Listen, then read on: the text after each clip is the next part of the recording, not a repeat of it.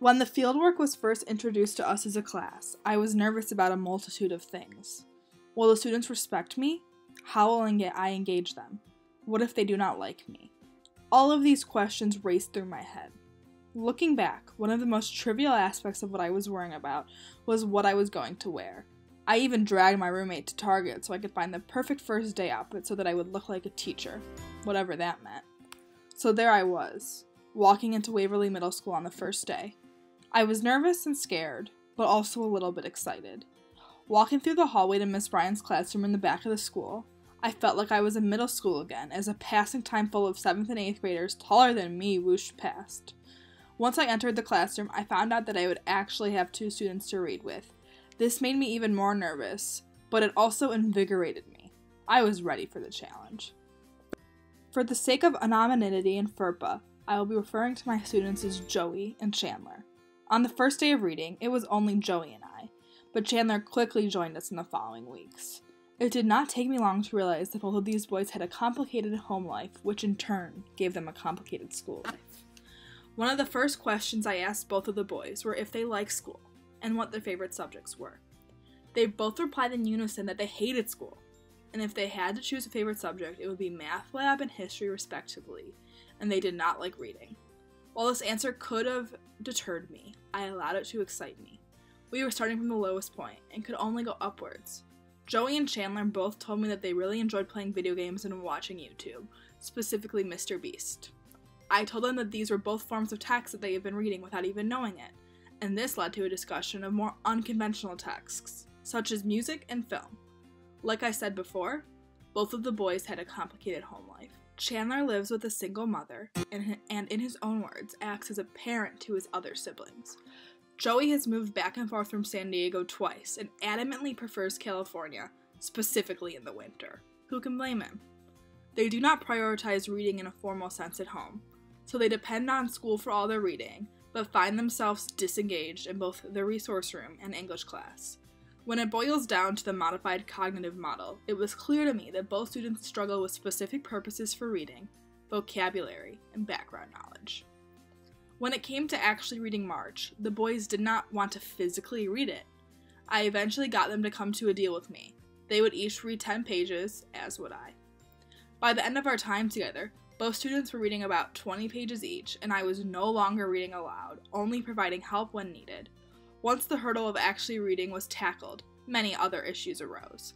Both students constantly asked me why they had to read about civil rights and preferred reading the dog book.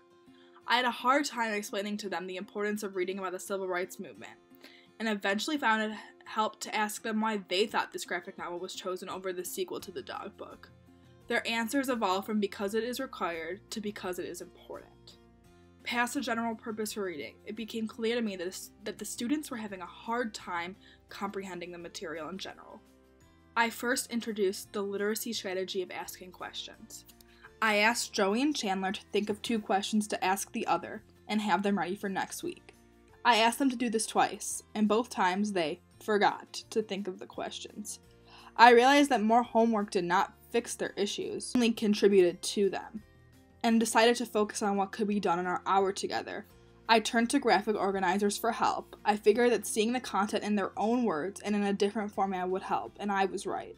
We did 2 types of organizers, a timeline of the events and a character map on John Lewis. The timeline was the most helpful because Joey and Chandler had issues with the frame narrative, and it allowed them to see and understand the events in a chronological order. I hope to continue updating both of these organizers as the semester went on, but like all my peers, my progress was halted by COVID-19. Graphic organizers help my students to be more confident in their thoughts about the graphic novel. As we progressed through creating the organizers, I noticed that I began to speak less, and they began to speak more. Being a future English educator, I found my time with these students to be critical for developing my thoughts about teaching. Having always loved English and being on an honors and AP track in high school, I made the assumption that most students wanted to be in the English classroom. These students helped me to see that, in reality, many students have profound issues with reading that cause disdain for the English classroom.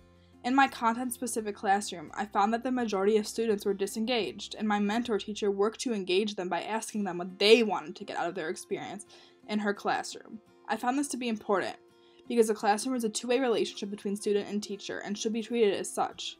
My definition of literacy has absolutely changed upon completion of this course. At the start, I believed that literacy was simply reading and understanding, but now I can see that it goes far deeper than that simplistic definition. Sure, literacy can be boiled down to understanding, but in the end, it is extremely subjective. Reading and writing comprehension changes depending on the specific context, and literacy should be treated as ever-changing rather than stagnant.